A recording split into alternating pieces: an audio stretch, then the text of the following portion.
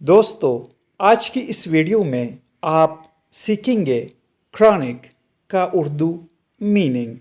Chronic کا Urdu meaning ہے طویل المدت، مستقل، دائمی، پرانا یا مسلسل۔